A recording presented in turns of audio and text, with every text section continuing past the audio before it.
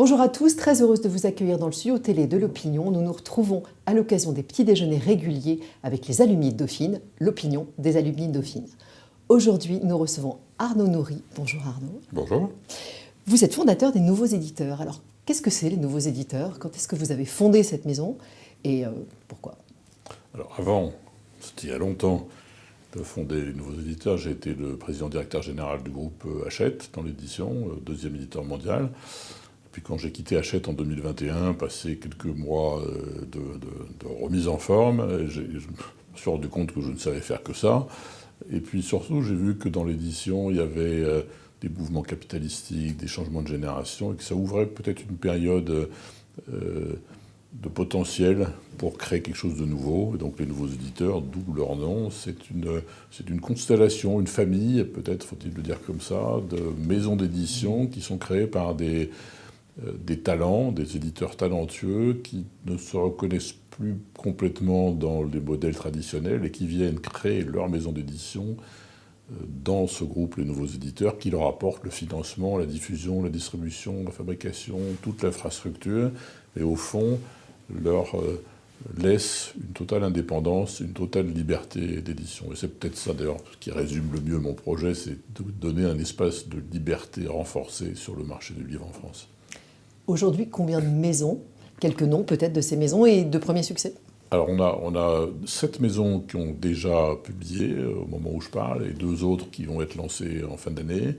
La première, dans l'ordre chronologique, s'appelle La Tribu et nous a donné un immense bonheur qui est d'avoir le prix des lectrices Elle avec le premier livre publié en 2025 qui s'appelle L'affaire de la rue Transnonain, un livre magnifique que je recommande à tout le monde. Et on a une maison d'édition de bande dessinée qui s'appelle Morgane qui a commencé il y a 3 semaines et qui nous amène des magnifiques titres. On a Ladou dans l'édition de jeunesse, Maison Pop en littérature commerciale.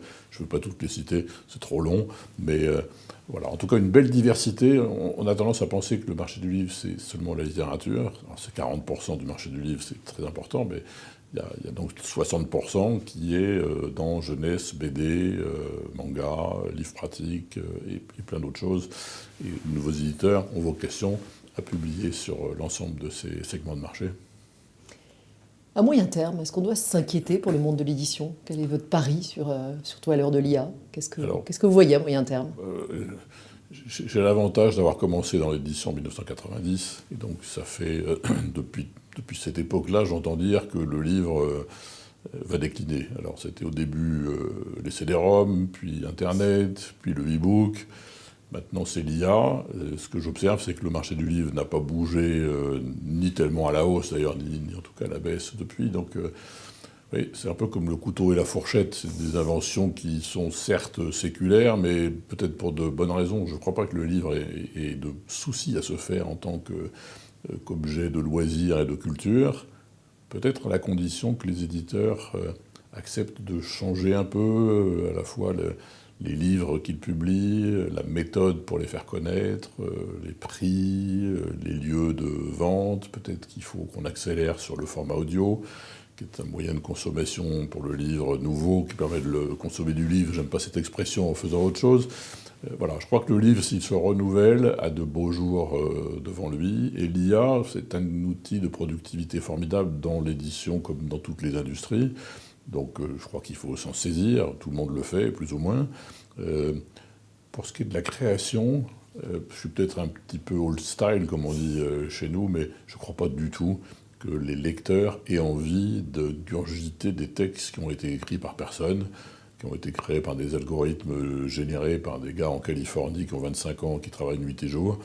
C'est une vision un peu apocalyptique de notre métier à laquelle je ne crois pas du tout. Sauf peut-être pour certains segments, il n'est pas impossible que la romance, qui n'est pas toujours le résultat d'une puissance de création très marquée, soit attaquée par l'IA. Un mot pour conclure. Vive le livre. Merci beaucoup Arnaud Nourry. Merci beaucoup.